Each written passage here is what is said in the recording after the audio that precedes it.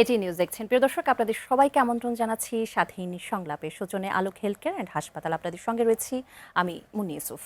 দর্শক, আপনারা জানেন বাংলাদেশের রাজনীতিতে এখনো বহুমাত্রিক স্রোত। একদিকে সংস্কারের নানা আলোচনা, সংবিধান সংশোধন নিয়ে বিতর্ক, অন্যদিকে অর্থনৈতিক চাপ, আইন শৃঙ্খলা পরিস্থিতি এবং রাজনৈতিক পারস্পরিক অবিশ্বাস। সংসদের তর্ক বিতর্ক থেকে শুরু করে রাজপথের নতুন জোট, সমীকরণ, সব মিলে প্রশ্ন একটাই, এই পচলা কি জনগণের প্রত্যাশার সঙ্গে সামঞ্জস্যপূর্ণ? সংস্কার কি সত্যি হচ্ছে, নাকি তা কেবল রাজনৈতিক অবস্থানের অংশ? ক্ষমতার এই মেরুকরণ কি সাধারণ মানুষের আস্থা বাড়াচ্ছে, নাকি তৈরি করছে নতুন বিভাজন? সেজন্যই আমরা আমাদের আজকে শিরোনাম রেখেছি রাজনীতি ঠিক পথে। আমার সঙ্গে এই বিষয় নিয়ে আলোচনা করবার জন্য সম্মানিত দুজন অতিথি রয়েছেন ডাক্তার সানসিলা জেবরিন প্রিয়াঙ্কা, নবনির্বাচিত সংসদ সদস্য, বিএনপি। আপনাকে আমন্ত্রণ জানাচ্ছি। আরও রয়েছেন ব্যারিস্টার আল মামুন রাসেল, আইনজীবী ও রাজনৈতিক বিশ্লেষক। আপনাকে আমন্ত্রণ জানাচ্ছি। প্রথমেই ডাক্তার সানসিলা জেবরিন প্রিয়াঙ্কা, আপনার কাছে আসতে চাই। প্রথমেই আপনাকে অভিনন্দন জানাতে চাই। আপনি সংরক্ষিত নারী আসনের সংসদ সদস্য হিসেবে গতকাল শপথ নিয়েছেন, অভিনন্দন আমাদের পক্ষ থেকে। এবং শেরপুর এক আসনে সরাসরি নির্বাচন করেছেন আপনি 12ই ফেব্রুয়ারি, এবং সেখানে আপনি কারচুপির অভিযোগ এনেছিলেন। এই যে সরাসরি নির্বাচিত না হয়েও সংরক্ষিত নারী আসনে আপনি সংসদ সদস্য হয়ে সংসদে ঠিকই যাচ্ছেন, আপনি শেরপুরের বাস্তবে আপনার যে এলাকা রয়েছে বা দেশের জন্য কাজ করার সুযোগ কতটা? ধন্যবাদ আপনাকে। আমি যেহেতু জাতীয় সংসদ নির্বাচন করেছি, সুতরাং নির্বাচনের সময় তো আমার এলাকার ভোটারদেরকে বেশ কিছু প্রতিশ্রুতি দেওয়া ছিল। তো প্রতিশ্রুতির আলোকেই আমি আমার এলাকার মানুষের জন্য কাজ করতে চাই। শুধু আমার এলাকা না, আমাকে যেই জেলার দায়িত্ব দেওয়া হবে সেগুলোকে আমি ফোকাস করব। আর এলাকার মানুষ, আমার শেরপুর সদরটা, বিশেষ করে শেরপুর জেলার কথাটাই যদি বলি, অত্যন্ত অবহেলিত এবং উন্নয়ন বঞ্চিত একটা এলাকা, যেখানে হাসপাতাল, রেল লাইন, বিশ্ববিদ্যালয়, মেডিকেল কলেজ নেই, এবং যাতায়াত ব্যবস্থাও খুবই নিম্নমানের। এবং এখানকার একটা কৃষি উদ্বৃত্ত এরিয়া এটা, কিন্তু এখানে আসলে কৃষকদের যে ন্যায্য মূল্যায়ন সেটাও নেই, কোনো কোল্ড স্টোরেজ নেই। তো অনেক কাজ করার আছে আসলে আমার এলাকাকে নিয়ে। এটা একটা গারো পাহাড়ের পাদদেশে এই জেলাটা অবস্থিত, কিন্তু এখানে কোনো পর্যটন কেন্দ্র নাই। তো সব কিছু মিলিয়ে আমার এটা শেরপুর জেলাটাকে নিয়ে অনেক স্বপ্ন আছে। এখানকার মানুষের মুখে হাসি ফোটানোর জন্য আমি যে নির্বাচন করেছি, যে প্রতিশ্রুতি দিয়েছি, সেগুলো ইনশাল্লাহ বাস্তবায়নের মাধ্যমে। সেজন্য অবশ্যই আপনার জন্য শুভকামনা থাকবে, এবং নিশ্চয়ই আপনি আপনার স্বপ্ন বাস্তবায়ন করতে পারবেন সেই প্রত্যাশা রাখছি। আমরা আজকে যেই বিষয়টি ঠিক করেছি, রাজনীতির ঠিক পথে, আমি ব্যারিস্টার আল মামুন রাসেল আপনার কাছে আসতে চাই। যখনই আমরা রাজনীতির কথা বলছি, জোটের কথা বলি, সমীকরণের কথা বলি, এনসিপি এবং এবি পার্টির একীভূত হওয়ার গুঞ্জন শোনা যাচ্ছে। এই নতুন মেরুকরণ কি জামায়াতের রাজনৈতিক অবস্থানে কোনো প্রভাব ফেলবে? আপনি যেহেতু রাজনৈতিক বিশ্লেষক, নতুন জোট গঠনের এই যে প্রবণতা, সুযোগ হিসেবে দেখছেন নাকি চ্যালেঞ্জ হিসেবে?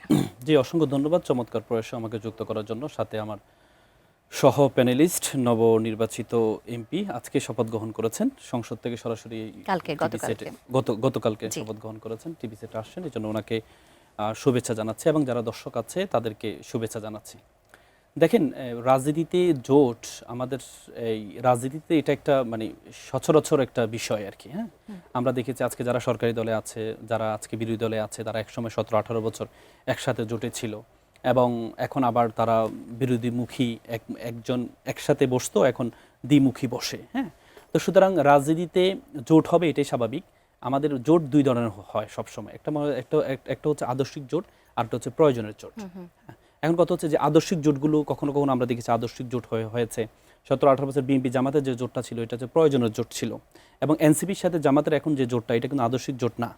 এনসিপির সাথে জামাতের যে জোটটা, সেটি হচ্ছে আদর্শিক, এই প্রয়োজনের জোট। হ্যাঁ, এনসিপিরও জামাতকে প্রয়োজন, জামাতেরও এনসিপিকে প্রয়োজন। হ্যাঁ, এবং এটার কোনো স্থায়িত্ব নাই যে এটা আজকে থাকবে মানে কালকে থাকবে, এটা কোনো স্থায়িত্ব নেই। যেমন জামাত বিএনপি একসাথে ছিল, এখন জামাত বিএনপি আলাদা হয়েছে। এর আগে জামাত আওয়ামী লীগ একসাথে ছিল, আওয়ামী লীগ এই বিএনপি একসাথে হবে, এটাই স্বাভাবিক বিষয় রাজনীতিতে। এটাই খেলা। কারণ আপনি যে বললেন রাজনীতি কি ঠিক পথে যাচ্ছে কিনা, আমরা তো আসলে রাজা ঠিক থাকে কিন্তু নীতি ঠিক থাকে না আমাদের। আমরা জি আপনি জি অবশ্যই আপনি বলুন। আমরা আমাদের মানে আমরা যেটি দেখতে পাই কি আমাদের রাজনীতিতে, নীতিটা কতটুকু আমরা ধরে রাখতে পেরেছি। দেখেন আমাদের দেখেছি আমরা ক্ষমতা আসার আগে আমরা একরকম আচরণ করি, ক্ষমতা যাওয়ার পর আমরা ভিন্ন রকম আচরণ করি, মানে 180 ডিগ্রিতে আমরা উল্টে যাই। একসময় আমরা আওয়ামী লীগকে দেখেছি তারা তত্ত্বাবধায়ক সরকার নিয়ে আন্দোলন করেছে, সেই আওয়ামী লীগ যখন ক্ষমতা আসে তখন তত্ত্বাবধায়ক সরকারটা বাতিল করে দিয়েছে। একসময় আমরা বিএনপিকে দেখেছি সবচেয়ে বেশি কথা বলেছে, ঘুম নিয়ে বেশি কথা বলেছে, তারা সবচেয়ে বেশি ভিক্টিমাইজ হয়েছে। বিএনপিকে দেখেছি আমরা, তারা দেখেছি স্থানীয় সরকারে তাদের নির্বাচিত সদস্য হইতো, পরবর্তীতে সরকারের অর্ডারের মাধ্যমে তাদের নির্বাচিত সদস্য বাতিল করে দেওয়া হতো। এই জন্য বিএনপিকে আমরা দেখেছি তাদের 31 দফায় তারা বলেছে যে স্থানীয় সরকারকে তারা স্ট্রং করবে এবং স্থানীয় সরকারে কখনো মৃত্যুজনিত কারণ ছাড়া কখনো প্রশাসক নিয়োগ করবে না। কিন্তু ক্ষমতা আসার পর আমরা দেখেছি যে বিএনপিকে দেখেছি অন্তর্বর্তীকালীন সরকার যখন প্রশাসক নিয়োগ করছে তখন তারা বিরোধিতা করছে এবং কি বারবার বলছে যে প্রশাসক নিয়োগ করার সবচেয়ে বেশি বিরোধিতা বিএনপি করেছে। সে অধ্যাদেশটাকে হুবহু পাশ করে হুবহু পাশ করেছেন এবং কেউ সংসদে বিল আকারে উত্থাপন করে এটা পাশ করেছেন। এবং সামনে তাহলে এটা অ্যালার্মিং হবে কিসের জন্য, সামনে যদি কেউ নির্বাচিত হয়, সাপোজ এই যে বিভিন্ন সিটি কর্পোরেশন ইলেকশন হবে, নির্বাচিত যদি হয় তাহলে সরকার চাইলে যে কাউকে যে কোনো সময় তাকে বরখাস্ত করে দিতে পারবে। তাহলে যে জিনিসটা নিয়ে আপনি এতদিন পর্যন্ত ভিক্টিমাইজ হয়েছেন, সেই জিনিসটা নিয়ে যখন আপনি সেই জিনিসটাকে যখন আপনি ওন করে নিচ্ছেন, এটা আমাদের কাছে খুব রাজনীতিক যে নীতিটা নেই, এই নীতিটাকে আমাদেরকে খুব প্রশ্ন তোলে। কারণ আপনি সবচেয়ে বেশি গুমের শিকার হয়েছেন, সেই গুম অধ্যাদেশ যখন আপনি বাতিল করে দিচ্ছেন, যে গণভোটের প্রস্তাবটা আপনার পক্ষ থেকে আসে, যখন বিএনপি সবচেয়ে বেশি নোট অফ ডিসেন্ট দিয়েছে, আপনি জানেন যে সংস্কারগুলোতে নোট অফ ডিসেন্ট যখন আসছে তখন বিএনপির পক্ষ থেকে আমাদের বর্তমান স্বরাষ্ট্রমন্ত্রী তিনি প্রস্তাব দিয়েছেন যেহেতু নোট অফ ডিসেন্ট দিয়েছি তাহলে আমরা 31টা 32টা দল তো সব কিছু করতে পারবো না, আমরা জনগণের হাতে ছেড়ে দিই। জনগণ যদি বলে যে না হ্যাঁ এ হবে তাহলে আমরা হ্যাঁ মেনে নিব। তাহলে যে স্বরাষ্ট্রমন্ত্রী বলছে, এখন স্বরাষ্ট্রমন্ত্রী সংসদে দাঁড়িয়ে কি বললেন, আমরা নির্বাচন হবে না, এই যে একটা ভয় পেয়েছিলাম, এই ভয়ের কারণে আমরা হ্যাঁ মেনে নিয়েছিলাম। তাহলে আপনি যে নোট অফ, আপনি সবচেয়ে বড় অ্যালার্মিং বিষয় কি জানেন, বিএনপি যে 31, বিএনপি এখন বর্তমানে যেখানে দাঁড়িয়ে আছে, আমি আপনাকে হলপ করে বলছি বিএনপি তার 31 দফা বাস্তবায়ন করতে পারবে না। কেন 31 দফা বাস্তবায়ন করতে পারবে না? কারণ 31 দফার প্রথম, আপনার 2 মাসই বোঝার সময় হয়েছে। Morning shows the day. কেন? কারণ আপনার 31 দফার প্রথম দফা হচ্ছে সংবিধান সংস্কার। আপনি জানেন সংবিধান সংস্কার গণপরিষদ বা কনস্টিটিউয়েন্ট অ্যাসেম্বলি ছাড়া, আপনি একজন আইনজীবী, আপনি বুঝেন কনস্টিটিউয়েন্ট অ্যাসেম্বলি ছাড়া সংবিধান সংস্কার করতে পারবে না। এই জন্য বিএনপি এখন সংশোধনের পথে আগাচ্ছে, তার মানে 142 দিয়ে সংশোধন পক্ষে আগাচ্ছে। তার মানে আপনি এই যে মানে সচিবালয় অধ্যাদেশের কথা বলেন, সচিবালয় এই কি বলে সুপ্রিম কোর্টের যে সচিবালয়, এটা অন্তর্বর্তী সরকার পাশ করেছে এবং সচিবালয় হয়েছে, সে অধ্যাদেশটা বাতিল করে সচিবালয়টা বাতিল করে দিল। এবং আমাদের যে আইনমন্ত্রী তিনি যেদিন সচিবালয়ের প্রতিষ্ঠা হয়েছে সেদিন উনি দাঁড়িয়ে বলেছেন যে এটা বাংলাদেশের ইতিহাসের জন্য সবচেয়ে যুগান্তকারী সিদ্ধান্ত যে আমরা সচিবালয় কি বলে সুপ্রিম কোর্টের সচিবালয় করছি আমরা। আচ্ছা, এখানে আমি যদি একটু আপনাকে একটু থামাই, একটু যদি যুক্ত করি যে সুপ্রিম কোর্টের জন্য পৃথক সচিবালয় করার চিন্তা করছে সরকার, এটা কিন্তু আজকেই আইনমন্ত্রী বলেছেন। সেখানে কি সদিচ্ছার অভাব দেখছেন? বিশেষ করে অন্তর্বর্তী সরকারের যে অধ্যাদেশগুলো হয়েছে সেখানে তো জবাবদিহির জায়গা বা সংসদে একটি বিল পাস করে যেভাবে আইন তৈরি হয় সেখানে সেই সুযোগ তো ছিল না, সেখানে তো অনেক যাচাই বাছাইয়ের ব্যাপারগুলো থেকে যায়। আপনি সচিবালয় একটা জিনিস যদি আপনি সচিবালয় করবেন, সচিবালয় তো করা ছিল এবং বিএনপি 7 দিন আগে যে ইস্তেহার দিয়েছে, ইস্তেহার আপনি দেখবেন কোর্টে আনকোট করে বলা আছে যে আমরা সচিবালয়কে শক্তিশালী করব। তারা বলে না সচিবালয় প্রতিষ্ঠা করবো, তারা বলে যেহেতু সচিবালয় প্রতিষ্ঠা হয়েছে, যদি সচিবালয়টা প্রতিষ্ঠা হয়েছে সেই প্রতিষ্ঠাকে আপনি বাতিল করে দিলেন, আবার বলবেন আপনি করবেন, আপনি বাতিল করে দিন, আপনি তো এটা সংশোধন করতে পারেন। যদি আপনার যদি সংযোজন বিয়োজন থাকতো, যেমন আপনি ব্যাংক অধ্যাদেশ সেটাকে আপনি 18 ক যুক্ত করে দিলেন, সংশোধন করলেন আপনি, আপনার যেটা স্থানীয় সরকার অধ্যাদেশ অ্যাজ ইট ইজ আপনি পাস করে নিলেন, তাহলে সচিবালয় অধ্যাদেশে যদি সচিবালয়ের ক্ষেত্রে অধ্যাদেশে যদি কোনো ভুল থাকে তাহলে সেটা আপনি সংযোজন করে আপনি করতে পারতেন। কিন্তু একটা সচিবালয় প্রতিষ্ঠিত হয়ে গেছে, সেই প্রতিষ্ঠিত সচিবালয়কে আপনি বললেন শক্তিশালী করবেন, সেই সচিবালয় আপনি বাদ দিয়ে দিলেন, বাদ দিয়ে আবার বলছেন আপনি সচিবালয় করবেন, তা আপনি ইন ফিউচার টেন্সে কেন যাচ্ছেন? আপনাদের ফার্স্ট টেন্সে ছিল, প্রেজেন্ট টেন্সে আছে, আপনি ফিউচার টেন্সে কেন যাচ্ছেন? তার মানে আপনি যে প্রতিশ্রুতি দিচ্ছেন তখন তো আপনি বলবেন এই যে সাময়িক ঝামেলার কারণে এটাকে এড়ানোর জন্য, সাময়িক মানুষকে সন্তুষ্ট করার জন্য আমি বলেছি প্রতিষ্ঠা করব, কিন্তু আমার মনে প্রতিষ্ঠা ছিল না। আচ্ছা, সেক্ষেত্রে আসলে 2 মাসে সেই সময়টা মনে একটা বাস্তব, আরেকটা আমরা দেখতে পাচ্ছি। আপনি জুলাই সনদ নিয়ে বললেন হচ্ছে, আপনি বললেন হচ্ছে শুধুমাত্র নির্বাচন যেন হয় এই জন্য আপনি মেনে নিলেন। তারপরে আমরা বিএনপি এক নেতাকে আমি প্রশ্ন করেছিলাম যে আপনারা যে প্রধানমন্ত্রী যে হায়ের ক্যাম্পেইন করলো, প্রধানমন্ত্রীকে গুপ্ত একজনে নাকি তাকে পরিচিত করেছে এটা বলার জন্য। এই বিষয়ে আলোচনা আসলে থাকবে, রাজনীতি ঠিক পথে কিনা অবশ্যই সেই আলোচনা আমরা আবারও ফিরবো। আপনার কাছে ধন্যবাদ। আমি একটু ডাক্তার প্রিয়াঙ্কা আপনার কাছে যেতে চাই, যেহেতু আপনি নবনির্বাচিত সংসদ সদস্য, অনেক বিষয়গুলো তো থাকে আপনার কাছে, সেই আলোচনাতে যদি আমি চলে আসি যে প্রধানমন্ত্রী নারীদের জন্য স্নাতক পর্যন্ত বিনামূল্যে শিক্ষা এবং গ্রামীণ অর্থনীতি শক্তিশালী করতে ফ্যামিলি কার্ড যে বিনিয়োগের ঘোষণা দিয়েছেন, একই সঙ্গে কিন্তু তিনি 30 লাখ কোটি টাকার ঋণের বোঝাও স্মরণ করিয়ে দিয়েছেন। এই যে স্নাতক পর্যন্ত অবৈতনিক শিক্ষার মতো প্রকল্পগুলো, এগুলো টেকসই আসলে বাস্তবায়ন করা সম্ভব কিনা? জি, অবশ্যই সম্ভব, কারণ শিক্ষা খাত হচ্ছে এমন একটা খাত এটা যখন ইনভেস্ট করা হবে, এটা কিন্তু একটা ক্যাপিটাল ইনভেস্টমেন্ট।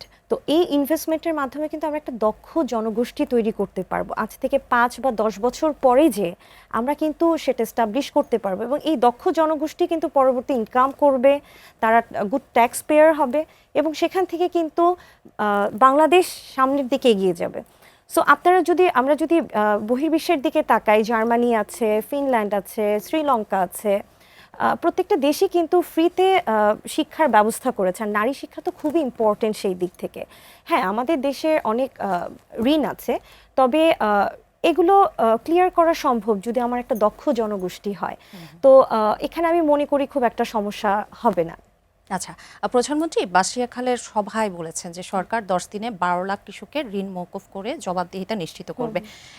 এই কৃষকের কথা বলছেন, আপনি শেরপুরের কথাও বলছিলেন যে এই যে বড় অঙ্কের যে এই ঋণ মওকুফ এবং বন্ধ যে কারখানাগুলো রয়েছে সেগুলো পুনরায় চালু করার উদ্যোগও নেওয়া হচ্ছে। এই যে ভঙ্গুর অর্থনীতিকে দীর্ঘমেয়াদে গতিশীল করতে পারবে কিনা এই প্রকল্পগুলো? অবশ্যই, এটা তো দেশের অর্থনীতির চাকা ঘুরিয়ে দিবে, আর এটা অবশ্যই একটা ইতিবাচক প্রস্তাব। দেখুন, কৃষি সমৃদ্ধ একটা দেশ হচ্ছে বাংলাদেশ, এবং আমাদের কৃষকরা যখন ঋণ মওকুফ পেয়ে যাবে, তখন তাদের মাথা থেকে সেই স্ট্রেসটা কিন্তু কমে যাবে, যে ঋণ দেওয়ার যে চিন্তাটা, এতে করে তারা কি করবে, বীজ বলেন, সার বলেন, সেচ ব্যবস্থা বলেন, সেগুলোর জন্য তারা নতুন নতুন করে বিনিয়োগ করতে পারবে, এবং আমাদের কৃষি উৎপাদন খাতটাও কিন্তু আরো বেশি বেড়ে যাবে। এতে করে কৃষকের হাতে কিন্তু ক্যাশ ফ্লোটা ঘুরবে, তাই না? তখন কি হবে, ওই স্থানীয় বা ওই গ্রামের কৃষক কি করবে, তার স্থানীয় বাজারের চাহিদাটা মেটাবে, এবং সেখানকার অর্থনীতি কিন্তু স্বাবলম্বী হবে। তো এই ক্ষেত্রে অবশ্যই আমি মনে করি যে কৃষকের ঋণ মওকুফটা খুব ভালো একটা উদ্যোগ, এবং কৃষকরা বাংলাদেশের অর্থনীতিতে কি পরিমাণ কাজ করছে সেটা আমি আমার শেরপুর জেলাতে দেখলে বুঝি। এবং এখানে আসলে আমার কৃষকদেরকে ন্যায্য মূল্যায়নটাও কিন্তু অনেক ইম্পর্টেন্ট। শুধু যে আমরা তার ঋণ মওকুফ করে দিলাম তা না, উৎপাদিত ফসল, এই যে দেখেন বন্যাতে কিন্তু সামনে আরো বন্যার দিন আসছে, অনেক ফসলাদি নষ্ট হয়ে যাচ্ছে, সেগুলোর দিকেও কৃষকদেরকে সহযোগিতা করাটা আমি মনে করি অবশ্যই বাংলাদেশ সরকার করবে। একই সাথে আমার শেরপুরে, আমি আগেই বলেছি, কোল্ড স্টোরেজ কিন্তু নেই, সুতরাং দেখা যায় কৃষকদের ন্যায্য মূল্যায়নটা কিন্তু সেভাবে হচ্ছে না। কাজেই আমি মনে করি যে কৃষকরা যদি বাঁচে, দেশ বাঁচবে। আর আরেকটি যেটা বললেন যে বন্ধ কলকারখানা, হ্যাঁ, বন্ধ কলকারখানা, এটা তো আসলে শিল্প প্রতিষ্ঠান, দীর্ঘদিন আপনারা দেখবেন যে প্রচুর বাংলাদেশের শিল্প কলকারখানা বন্ধ আছে, সরকারিভাবে বেসরকারিভাবে। এখন এই কলকারখানাগুলো যখন চালু হবে, তখন কি নতুন করে যারা বেকার ছিল তাদের কর্মসংস্থানের ব্যবস্থা হবে, হাজার হাজার পরিবার বাঁচবে, দেশের আমদানি রপ্তানি আয় বেড়ে যাবে, দেশের কাঁচামালের ব্যবহার বেড়ে যাবে, এবং একই সাথে দেখেন যে মানুষের যে চাহিদা, লোকাল প্রোডাক্টের চাহিদাগুলো বেড়ে যাবে, দেশের অর্থনীতিতে একটা হিউজ ড্রাস্টিক পরিবর্তন আসবে। সুতরাং এই বন্ধ কলকারখানা চালু হওয়াটা একটা অবশ্যই ভালো উদ্যোগ এবং ইতিবাচক দিক। ইতিবাচক, হ্যাঁ, ডেফিনেটলি। মাইস্টার রাসেল, আপনার কাছে যদি আসি, যে বন্যায় ক্ষতিগ্রস্ত কৃষকদের কথা বলছিলাম, হ্যাঁ, ত্রাণমন্ত্রী আসাদুল হাবিব বন্যায় ক্ষতিগ্রস্ত কৃষকদের জন্য বিশেষ কার্ডের মাধ্যমে 3 মাস সহায়তা দেওয়ার ঘোষণা দিয়েছেন। প্রধানমন্ত্রী 10,000 টাকা করে ঋণ মওকুফ এবং ত্রাণমন্ত্রীর এই বিশেষ কার্ড, এই প্রকল্পগুলো কি হাওড় অঞ্চলের ক্ষতিগ্রস্ত কৃষকদের দীর্ঘমেয়াদে ঘুরে দাঁড়ানোর জন্য যথেষ্ট কিনা, এবং নাকি যারা প্রকৃত ক্ষতিগ্রস্ত আছেন তাদের শনাক্ত করে তাদের কাছে এই সুবিধাগুলো বা সহায়তাগুলো পৌঁছানোই হবে চ্যালেঞ্জ সরকারের জন্য? কি মনে হয়? দেখেন, প্রথম কথা হচ্ছে আমরা তো আসলে সব কিছুতে আমরা এই সরকারের সবচেয়ে বেশি দেখতে পাচ্ছি যে কোনো বিষয়ে আসলে শুধু কার্ড আর কার্ড। এই কার্ড জায়গা থেকে মনে হয় আমরা এর আগে শেখ হাসিনাকে দেখতাম অল্টারনেটিভ দেখাতো আমাদেরকে, এই যদি তোমরা এই বেগুনি নাই আলুজি খাও, তুমি এটা না এটা খাও, আমাদেরকে অপশান দেখে। তো আমাদের কাছে এখন আমার তেল নেকো তেল কার্ড দিবে, আমার পোয়েল নেকো পোয়েল কার্ড দিবেন, আপনি হচ্ছেন প্রত্যেকটা জায়গায় শুধু কার্ড কার্ড কার্ড। এই কার্ড, আপনি যে কার্ডটা দিচ্ছেন, এই কার্ডের এইটা আপনি কতটুকু আমাদের শোনেন, সবচেয়ে বড় কথা হচ্ছে আমাদের এখন সাস্টেইনেবল ডেভেলপমেন্ট লাগবে। আমাদের ক্ষণস্থায়ী কোনো কিছু করলে কাজ হবে না। আপনি কৃষকের সবচেয়ে বড় সমস্যা হচ্ছে কৃষক ন্যায্য দামটা পাচ্ছে কিনা। কৃষকের এখন প্রত্যেকটা জিনিসের দাম বেড়ে গিয়েছে, আপনি কৃষকের ন্যায্য দামটা মেক শিওর করেন। আপনি কৃষক, এই যে সরকার যে এই ধানগুলো কিনে নেয়, কত টাকা দামে কিনছে আর সে কত টাকা তার কস্টটা কত টাকা যাচ্ছে। আগে একটা শ্রমিকের পিছনে 500 টাকা খরচ করলে হতো, মানে এই লেবার যারা ছিল, এখন 1000 টাকা হচ্ছে। তাহলে আপনি তাকে কার্ড না দিয়ে আপনার দরকার হচ্ছে তার মজুরি কতটুকু, এটাকে আপনি একটা ক্যালকুলেশন করা যে আমার এটার পিছনে কত টাকা খরচ যাচ্ছে একটা কৃষকের, তার মানে তাকে আমি দামটা কত টাকা দিব, সেটা যদি আপনি দিতে পারেন। আমরা অনেক সময় যে দেখি তার যে খরচ হয়েছে সে খরচের চেয়ে কম টাকা সে ধান বিক্রি করছে। তো তাহলে আপনি তাকে কার্ড দেখাচ্ছেন, কার্ড দেখিয়ে আলটিমেটলি তার তো আপনি সাস্টেনেবল ডেভেলপমেন্ট করে লাভ নেই। আপনি দেখেন আমাদের এই আমরা প্রধানমন্ত্রীর কাছ থেকে শুনেছি যখন এলপিজির দাম বাড়ালো, 1200 টাকা এলপিজি আপনি 1945 টাকা, আপনি 745 টাকা আপনি বাড়ালেন। বাড়াই আপনি কি করবেন? আপনি বললেন যে আপনি তাদেরকে কার্ড দিবেন। আপনি 745 টাকা বাড়িয়ে আপনি যদি তাকে 500 টাকার কার্ড দেন বা প্রতি মাসে, তাহলে আপনি আলটিমেটলি আপনি কি তার লাভ করলেন না তার ক্ষতি করলেন? আপনি যে আপনি এই একটা তাকে দেখাচ্ছেন, ওই আমাদের, আমি ছোট্ট একটা এক্সাম্পল দিই। একবার একটা গরিব একটা গ্রামের লোক ঢাকা শহরে আসছে, সে দেয়াল মানে বিল্ডিং গুনছে আর কি। বিল্ডিং কাউন্ট করার পরে সে 30 তলা বিল্ডিং গুনলো। একজন লোক, বুদ্ধিমান লোক এসে বললো, এই তুমি জানো এখানে কাউন্ট করলে প্রত্যেকটা তলায় 1 টাকা করে দিতে হবে? তো ওই গ্রামের লোকটা বললো, আমি তো 15 তলা গুনেছি। তাহলে 15 টাকা দাও। তো সে কি করছে, আমার কাছে 15 টাকা নেই, আমার কাছে 10 টাকা আছে। ঠিক আছে, তোমাকে 5 টাকা তোমাকে আমি ডিসকাউন্ট দিলাম, তুমি 10 টাকা দাও। বউকে ফোন করে 10 টাকা দিয়েছে। বউকে ফোন করে বলে, দেখো আমি কিন্তু গুনেছি 30 টাকা, তারপরে দিয়েছি তাকে মাত্র 10 টাকা, আর সে কিন্তু ভালো মানুষ, সে আমাকে 5 টাকা ছাড় দিয়েছে। আপনি তাকে 5 টাকা ছাড় দিয়েছেন, আলটিমেটলি আপনি যে তার থেকে 10 টাকা নিয়েছেন, এই 10 টাকারও তাকে ক্ষতিগ্রস্ত করেছেন। আলটিমেটলি এখানে তো টাকা নেই, আপনি এলপিজির দাম বাড়াচ্ছেন, এলপিজির দাম বাড়িয়ে তাকে আবার কার্ড দিচ্ছেন। তো আলটিমেটলি আপনি এলপিজির দামটা না বাড়িয়ে, আপনি দেখেন আমাদের যেই এবারে যে এই সরকার বলেছে 60টি সফলতার মধ্যে একটি সফলতা হচ্ছে তারা হচ্ছে তেলের দাম বাড়ায়নি, একটি সফলতা। কিন্তু আপনি তেলের দাম যখন আপনি বাড়ালেন, আপনি বলেছেন আপনি ভর্তুকি দিয়েছেন। আপনি জানেন আমাদের বিপিসি, বাংলাদেশ এই যে পেট্রোলিয়াম কর্পোরেশন, সেটা হচ্ছে প্রায় গত বছর 55,000 কোটি টাকা লাভ করেছে। সেখান থেকে তারা 50% সরকারকে দিয়ে দিয়েছে। সরকার এখান থেকে আপনার তেলের ভর্তুকিতে আপনি আর কিছুদিন ভর্তুকি কন্টিনিউ করতেন। যখন বিশ্ববাজারে তখন তেলের দাম বাড়িয়েছে, তখন আপনি তেলের দাম বাড়ান নাই। যখন বিশ্ববাজারে তেলের দাম কমালো, তখন আপনি তেলের দাম বাড়ালেন। আপনি তখন আইএমএফ থেকে ঋণ পাচ্ছেন না। কেন ঋণ পাচ্ছেন না? কারণ আইএমএফ বলেছে তুমি বিশ্ববাজারের সাথে তুমি তো খাপ খাই করো নাই তুমি, এই জন্য আইএমএফ আপনাকে ঋণ দিচ্ছে না। তখন আপনি কি করছেন? আপনি 20,000 কোটি টাকা নতুন টাকা ছাপালেন। আপনি কেন? আপনি 45,000 কোটি টাকা, আমাদের বঙ্গুর ব্যাংকের অবস্থা খুবই খারাপ, আপনি সেখানে 45,000 কোটি টাকা ঋণ নিলেন ব্যাংক থেকে। আপনি মাত্র 2 মাসও হয়নি আপনার ক্ষমতায়। তাহলে আপনি এই যে ঋণ নিচ্ছেন, আপনি টাকা ছাপাচ্ছেন, এই টাকা দিয়ে আপনি কার্ড বিতরণ করছেন, আলটিমেটলি দেশের সাস্টেনেবল ডেভেলপমেন্ট কি হবে? এ দেশে কি হবে? এবং কি সবচেয়ে বড় অ্যালার্মিং হচ্ছে, আপনি যে তেলের দাম বাড়ালো কে জানেন?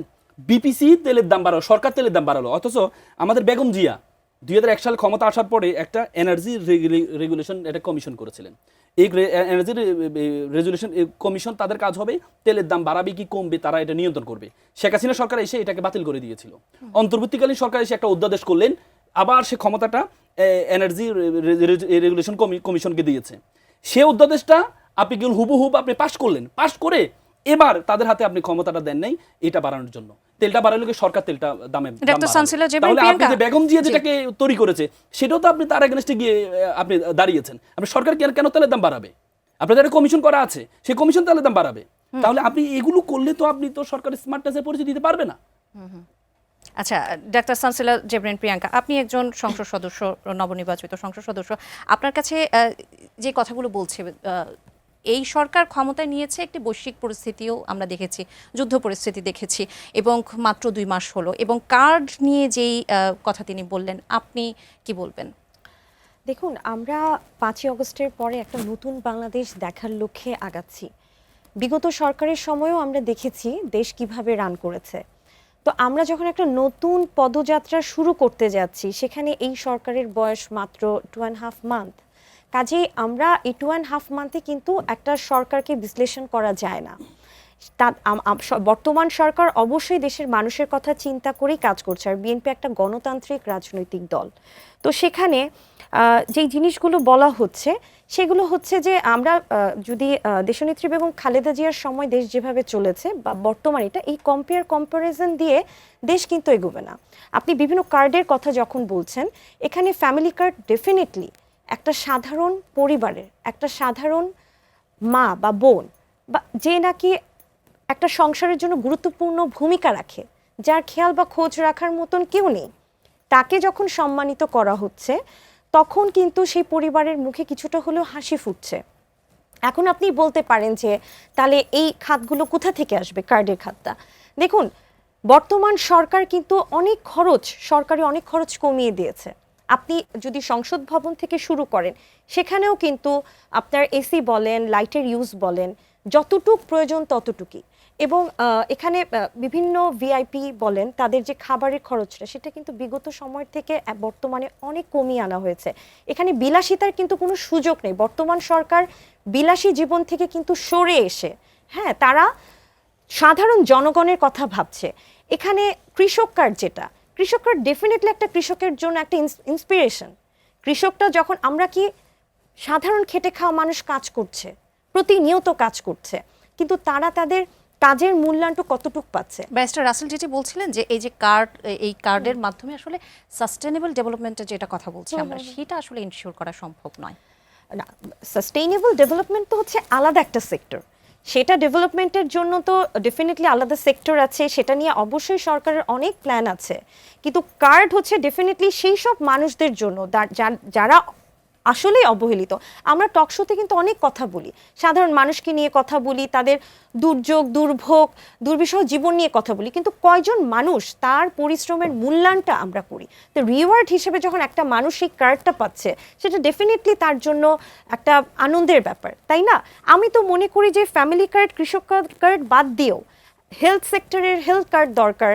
মানে এখানে যে বলা হচ্ছে কার্ড নিয়ে যে মস্করাটা, সেটা না করে আমরা একটু দেখি তো সেই মানুষগুলোর কাছে একটু সার্ভে করে তাদের কাছে জিজ্ঞেস করেন তারা কতটা খুশি।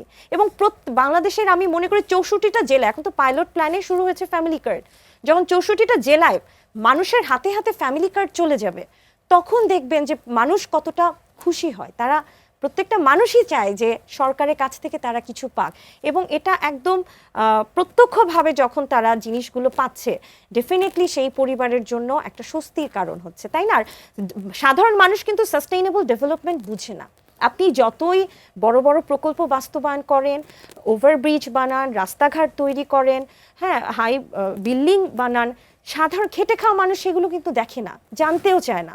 তারা ততটুকুই জানতে চায় যতটুক তারা তাদের পরিশ্রমের মূল্যায়নটুক তারা চায়। তো বর্তমান সরকার সেটা করছে, তো চেষ্টা বিশেষ করে করছে। ব্যারিস্টার রাসেল যেটি বললেন যে তেলের কথা বললেন বা এলপিজির কথা বললেন, যে দাম বাড়িয়ে আসলে কার্ডটা দেওয়া, সেটি আসলে খুব বেশি কার্যকর হবে না। এখন বিশ্ববাজারের দাম বেড়ে গেলে ডেফিনেটলি আমাদের দেশেও তো সেই দামটা মানে একটা সমন্বয় করতে ম্যাচিং, হবে। হ্যাঁ, একটা ম্যাচ থাকতে হবে। তো সেটা যদি বেড়ে যায়, তো বর্তমান সরকার তো সেটা কমিয়ে আনতে পারবে না। আর যে কার্ডের কথাটাই বললেন, যদি কার্ডের ব্যবস্থাটা না করা হতো, দাম বাড়লে তো তাহলে তো তার সেই অ্যামাউন্টের টাকাটাই দিতে হতো। তাহলে এখানে যে ভাইয়া যেটি বললেন যে 500 টাকার মতন কমানো হচ্ছে, এটাও তো কম না। তাহলে যদি 500 টাকাও কমানো না হয়, তাহলে তো এই অ্যামাউন্টে তার ফুল টাকাটা দেওয়া লাগতো। তাহলে আমার কথাটা হচ্ছে যে এইভাবে তো মানে বারবার কমপ্লেইন করলে হবে না। একটা সরকার যখন একটা রাষ্ট্র পরিচালনা করে, তখন সেই সরকারটাই জানে যে কি পরিমাণ পলিসি মেক করে কাজ করতে হয়। দেখেন, আমরা খালি প্রকল্প বা সাস্টেইনেবল ডেভেলপমেন্ট নিয়ে কথা বলছি, কার্ড নিয়ে কথা বলছি, কিন্তু বর্তমান সরকার ক্ষমতায় আসার পরে ক্রাইসিসগুলোও কিন্তু আমাদের দেখতে হবে। আমরা জ্বালানি সংকট দেখেছি, আমরা হামের প্রাদুর্ভাব দেখেছি, বর্তমানে বন্যা এইসব হচ্ছে। বিষয় নিয়ে অবশ্যই হামের প্রাদুর্ভাবও চলছে। আপনি একজন চিকিৎসক, আপনার কাছ থেকে এই প্রশ্নের উত্তর অবশ্যই নেব, বা এটাকে কিভাবে একটি হামের যে প্রাদুর্ভাবটা বেড়েছে, সরকারের করণীয় কি বা কি করতে পারে, সেটি নিয়ে অবশ্যই আপনার পরিকল্পনা আমরা জানবো। তবে তার আগে একজন দর্শক আছেন ফোনে, আমি তার প্রশ্নটি নেব। জি দর্শক, আপনার নাম বলে আপনার প্রশ্নটি রাখুন। আসসালামু আলাইকুম রহমতুল্লাহ। ওয়ালাইকুম আসসালাম, জি বলুন। আন্টি, আমি পাবনা সুজানগর থেকে আব্দুল জব্বার বলছিলাম। জি বলুন। আমার দুজন যে অতিথি আছে, দুজনই আমার মানে সন্তান সমতুল্য, আন্টি প্রিয়াঙ্কা ম্যাডাম এবং আঙ্কেল মামুন সাহেব। ধন্যবাদ আপনাদের দুজনকেই। আমি একটা প্রশ্ন করতে চাচ্ছিলাম, ইতিপূর্বে যাই নির্বাচন হয়েছে, দিনের পর রাতে হয়েছে, পর্যায় করে বেশি বিনা প্রতিদ্বন্দ্বিতা হয়েছে, ফার্স্ট এই বছর এই নির্বাচনে গত 12ই ফেব্রুয়ারি যে নির্বাচনটা হলো, আমরা আলাদা স্বপ্ন দেখেছি। আমাদের মনে অনেক উচ্ছ্বাস, অনেক স্বপ্নকে আমরা লালন করেছি, ধারণ করেছি, কিন্তু এত দ্রুত, এত তাড়াতাড়ি যে এই সংসদে মানে এক পক্ষকে আর এক পক্ষ মেনেই নিতে পারতেছি না, পাল্টাপাল্টি, তারপরে রাজপথে।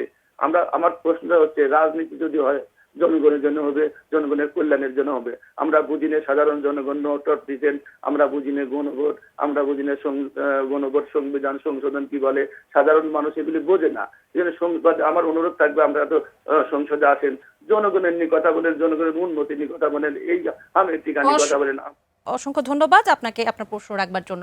আরেকজন দর্শক আছেন। জি দর্শক, আপনার নাম বলে প্রশ্ন। আসসালামু আলাইকুম। ওয়ালাইকুম আসসালাম। জি বলুন, আপনার প্রশ্ন বলুন। আমি বলছি ভাইয়ের কাছে, আমি ভাইয়ের কাছে প্রশ্ন রাখতে চাই। জি জি, তিনি শুনছেন, বলুন। ওনরা 12ই ফেব্রুয়ারি নির্বাচনের আগে, ওনরা সংস্কার আগে নির্বাচন পরে, তারপরে গণভোট আগে নির্বাচন পরে, তারপর নির্বাচনের যখন ওনরা আমার এই যে বিএনপি যখন জয় হলো, এখন এই যে ফ্যামিলি কার্ড দিতেছে, ওই ফ্যামিলি কার্ডও পছন্দ হইতেছে না। কোন কার্ডটা দিলে ওনাদের পছন্দ হইতো বলেন দি? একটা কার্ডের কথা আছে না, বাজারে করতেছে যে এই কার্ডটা দিলে জনগণের খুবই উপকার হইতো, সেই কার্ডটা যদি ওরা দিতে পারে তাহলে তো আরো ভালো।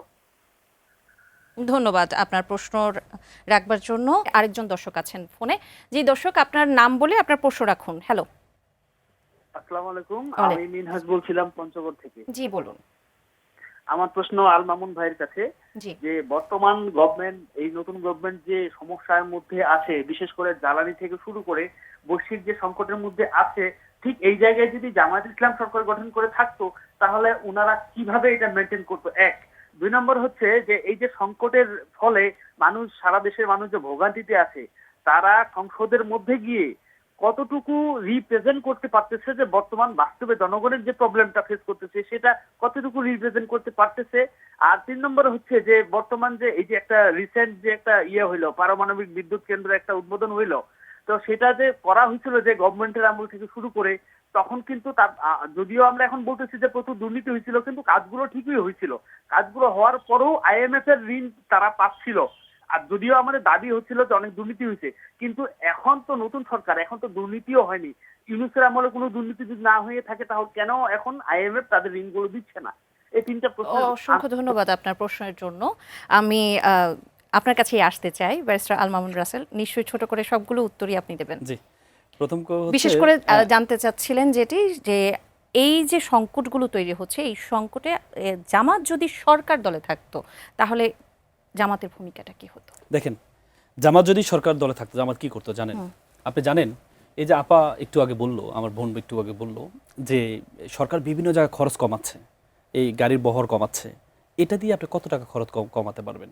কিন্তু আপনি জানেন, এই টিআইবির ইলেকশনের আগে টিআইবি একটা রিপোর্ট দিয়েছে, আমাদের 53% বিএনপির যে এমপি তাদের কাছে প্রায় 17,000 কোটি টাকা ঋণ খেলাপিতে আছে।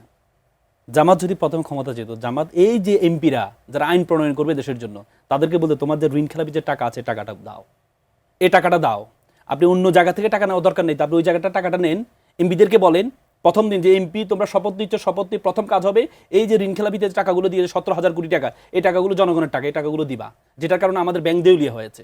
সেটা না করে আমরা কি করেছি? আমরা যে ব্যাংক যে অধ্যাদেশ আছে 18 ক যুক্ত করে দিয়েছি। তার মানে যে এসালম 2.25 লক্ষ কোটি টাকা নিয়ে গিয়েছে 5টা ব্যাংক থেকে, এই আমরা পরবর্তী অন্তর্বর্তী সরকার এসে 5টা ব্যাংকে একত্রিত করে ইউনাইটেড কমার্শিয়াল ব্যাংক করেছিল। সেই এটাকে মাত্র 7% আপনি টাকা দিয়ে আপনি এই যে যারা ব্যাংক একু তাদেরকে আবার তাদের হাতে আবার ব্যাংকটা তুলে দিচ্ছেন। তাহলে আপনি এই কাজটা, এটা এখন কথা হচ্ছে, আমার আরেকজন এই ভাই প্রশ্ন করলেন যে ফ্যামিলি কার্ড জনগণকে দিচ্ছে, আপনারা এত খেপেন কেন? খেপার এখানে উদ্দেশ্য হচ্ছে এটা যে আমার ওই বোন বলেছে না, খেটে খাওয়া মানুষ, ওরা তো আর বুঝে না অন্য কিছু।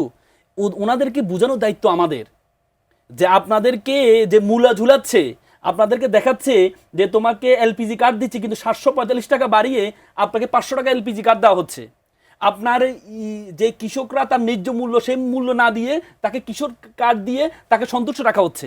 স্থায়ীভাবে আপনাকে অস্থায়ীভাবে আপনার কাছে মনে হচ্ছে আপনি লাভবান হচ্ছেন, কিন্তু আপনি যে স্থায়ীভাবে আপনি যে ক্ষতিগ্রস্ত হচ্ছেন, সেই ক্ষতিগ্রস্তটা জনগণকে বোঝানোর দায়িত্ব আমাদের। আমরা জনগণকে বুঝাইতে হবে আপনাদেরকে কার্ড, বারবার কার্ডের কথা। বাংলাদেশের বড় সমস্যা কি এখন কার্ড?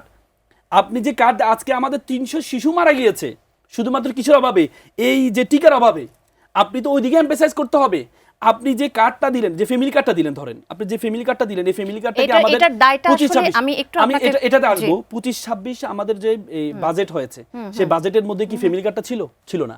আপনি অন্য একটা বাজেটের থেকে নিয়ে আপনি টাকাটা দিলেন, তাহলে আপনার তো সংসদ চলমান ছিল, আপনি কি সংসদে এটা পাস করেছিলেন? এবং কি আপনি যাদেরকে ফ্যামিলি কার্ড দিয়েছেন তাদেরকে আপনি সিলেক্ট করলেন, কোন বিবেচনা সিলেক্ট করলেন? আপনি তো আবার সেই আপনার কাছের লোকদেরকে আপনি সিলেক্ট করলেন। আমি কি বলে এই করছি না, আমি ডিউ রেসপেক্ট আমার বোনের প্রতি। আমার বোনের একটা বক্তব্য ভাইরাল হয়েছিল, উনি বলেছিল যে আমাকে ভোট না দিলে তোমরা কিন্তু ফ্যামিলি কার্ড পাবা না। যদিও এটা আমি ধরি এটা মনের কথা ছিল না, বলেছে হয়তো, কিন্তু ব্যাপারটা হচ্ছে আপনি যে ফ্যামিলি কার্ডটা যাদেরকে দিচ্ছেন, ফ্যামিলি কার্ড তো বাস্তবায়ন করবেন তারা, সেজন্য আপনি হয়তো যে ফ্যামিলি বলতেই কার্ডটা পারে। কাদেরকে দিচ্ছেন? আপনি তো এর আগে 17-18 বছর দেখেছি শেখ হাসিনা ছিল আওয়ামী লীগের প্রধানমন্ত্রী, তাহলে বাংলাদেশের প্রধানমন্ত্রী ছিল না। এখানে প্রশ্নটা কি থাকা উচিত না যে ফ্যামিলি কার্ড কাদের দেওয়া হচ্ছে নাকি ফ্যামিলি কার্ড দেওয়া উচিত না? আপনি যাদেরকে দিয়েছেন, আপনি যাদেরকে ধরেন আপনি দিয়েছেন, যাদেরকে দিয়েছে আপনি সিলেকশন করুন কিভাবে? আপনি কি অনলাইনে ছেড়েছেন যে তোমরা রেজিস্ট্রেশন করো, আমরা এই বিবেচনায় দিব? আপনি কাদেরকে দিয়েছেন? আপনি আপনার দলীয় নেতাকর্মীদেরকে বলেছেন তোমরা তালিকা দাও, কারণ আপনি তো প্রকাশ করেন এখনো পর্যন্ত কিভাবে আপনি দিয়েছেন। আমরা জনগণকে এই জন্য সচেতন করছি, জনগণ ফ্যামিলি কার্ড পেয়ে খুশি, কৃষক কার্ডকে পেয়ে খুশি, কিন্তু বড় বড় কার্ড যে আমরা অন্য জায়গায় দিচ্ছি। বিসিবিতে আপনি বড় কার্ড দিয়ে দিলেন, ফ্যামিলি কার্ড, এটা সবচেয়ে বড় ফ্যামিলি কার্ড বিসিবিতে, যে আপনি স্থায়ী কমিটির সদস্য তিনজনের সন্তানকে আপনি বানাই দিলেন হচ্ছে এই বিসিবি সদস্য। এটা তো সবচেয়ে বড় ফ্যামিলি কার্ড। জনগণকে দিচ্ছেন আপনার ছোট ছোট ফ্যামিলি কার্ড, 500 টাকা, 1000 টাকা, 2000 টাকা, আর বড় বড় ফ্যামিলি কার্ড তো আপনি অন্য জায়গায় নিয়ে যাচ্ছেন। আপনি এই জন্য তো হচ্ছে আমাদের বিরোধী দলের মূল কাজ কি? আপনি যে বলছেন বিরোধী দলের মূল কাজ হচ্ছে আপনারা যেগুলো করছেন, যেখানে ভুল করছেন, সরকারকে যদি আপনি লাগাম না টেনে ধরেন। এর আগে শেখ হাসিনা স্বৈরশাসক হয়েছে কেন, ফ্যাসিজম তৈরি হয়েছে কেন? কারণ তাকে লাগাম ধরার কেউ ছিল না। বিরোধী দল ছিল, গৃহপালিত বিরোধী দল ছিল, ইয়েস হুজুর। এখন যদি বিরোধী দলের পক্ষ থেকে এগুলোর এগেনস্টে কথা যদি না বলে, তাহলে তো আপনি জনগণকে আবার বোকা বানিয়ে দিলেন। জনগণকে আবার আপনি 17,000 কোটি টাকা সব জায়গায় বলতে হবে, সংসদে বলতে হবে, বাইরেও বলতে হবে। এই যে আজকে আমরা ধরেন এখানে বললাম, টিভিতে বলতে হবে, সব জায়গায় বলতে হবে। এই যে জনগণকে আপনি ছোট ছোট কার্ড দিয়ে খুশি করে দিচ্ছেন, আপনি জনগণকে এই যে 17,000 কোটি টাকা আপনি এ থেকে এখনো পর্যন্ত নিতে পারলেন না এমপিদের থেকে, যারা আপনার 53% ঋণখেলাপিতে এমপি, যারা ক্ষমতায় ছিল না 17-18 বছর 53% এমপি ঋণখেলাপিতে, এরা ক্ষমতা আসলে এরা আরো তো ভয়ঙ্কর আকার ধারণ করবে। এবং কি আপনি যেখানে আসসালামকে সুযোগটা দিলেন কেন? আপনি উৎসাহী করলেন কাদেরকে?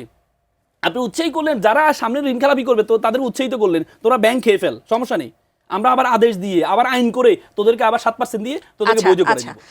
ব্যারিস্টার আল মামুন, আমরা বুঝতে পেরেছি, নিশ্চয়ই আপনার কাছে আবারও আসবো। ডক্টর শামসুল্লাহ জেবরিন প্রিয়াঙ্কা, একটি প্রশ্ন কিন্তু একজন দর্শক রেখেছিলেন যে আমরা আসলে অনেক কিছু নিয়েই কথা বলি, বিশেষ করে যে অনেক বড় বড় বিষয়, সংবিধান সংস্কার বলেন, নোট অফ ডিসেন্ট বলেন, সেগুলো হয়তো সাধারণ মানুষ বুঝেন না, কিন্তু এই যে জনগণকে নিয়ে কথা, সেটি আসলে সব জায়গায় অনুপস্থিত দেখেন তারা। বিশেষ করে যদি বিরোধী দলের কথা বলি, সেখানে বিরোধী দলেরও তো একটি ভূমিকা রয়েছে, সরকার দলের ভূমিকাও রয়েছে। আপনার কি মতামত, জনগণের যে জনপ্রত্যাশা বা জন আকাঙ্ক্ষা, সেগুলো কি আসলে প্রতিফলিত হচ্ছে? ডেফিনেটলি হচ্ছে, কারণ বর্তমান সরকার সাধারণ জনগণের ভাষাটাকে বুঝেই কিন্তু তারা যেই সেক্টরে নিয়ে কাজ করছে, যে সার্ভিসগুলো প্রোভাইড করছে, বিশেষ করে কার্ড সিস্টেমগুলো, সেগুলো কিন্তু সেটাই বলে। সাধারণ মানুষের মুখের ভাষা বুঝেই তারা এই কাজগুলো, এই পদক্ষেপগুলো নিয়েছে। এখন সাধারণ মানুষ, আপনি যেটি বললেন, এটা আমি আগেও বলে আসছি, সাধারণ মানুষ জুলাই সনদ বলেন, সংস্কার বলেন, সংবিধান বলেন, এগুলো বুঝে না, তারা এগুলো জানতেও চায় না। তারা দুবেলা দুমুঠো খেতে পারলো কি না, সেটা তাদের মেইন ফোকাস। ঠিক আছে, তো সেখানে বিএনপি সরকার একমাত্র সরকার যারা মানুষের মুখের ভাষা বুঝে কাজ করছে।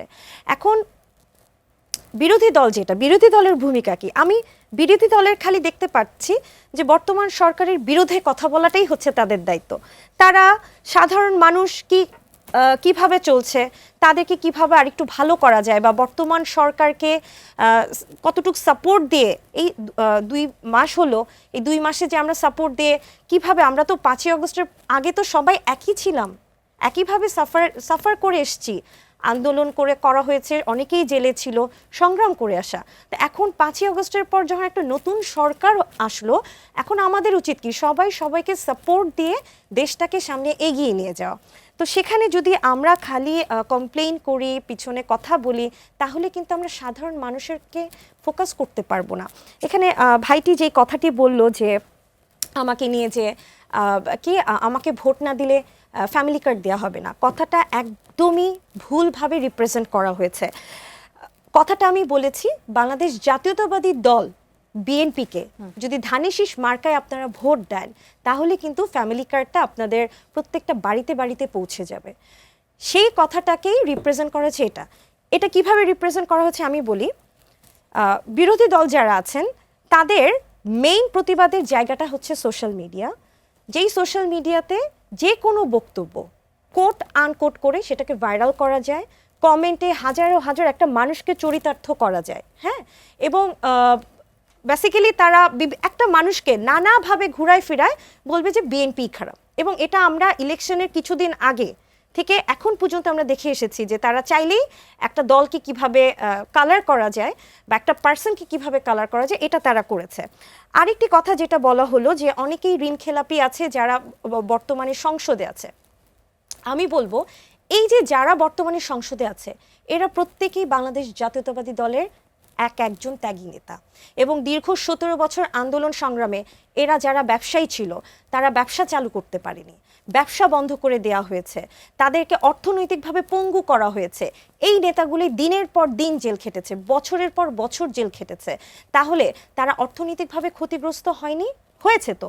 তাহলে এই মানুষগুলোকে যদি জেলে না রাখা হতো, এরা যদি বাইরে থাকতো, এদেরকে যদি ব্যবসা করতে দেওয়ার সুযোগ হতো, এই মানুষগুলো কিন্তু ঋণ খেলাপি হতো না। আপনারা সুযোগ নিয়ে দেখেন, নির্বাচন কমিশন মানে আপনারা খোঁজ নিয়ে দেখেন, নির্বাচন কমিশন থেকে তো একটা নিয়ম আছে যে ঋণ খেলাপিরা জাতীয় সংসদ নির্বাচন করতে পারবে না। তার মানে সেটা কমিশন থেকে সার্ভে হয়েই তো তারা নির্বাচন করতে আসতে পেরেছে।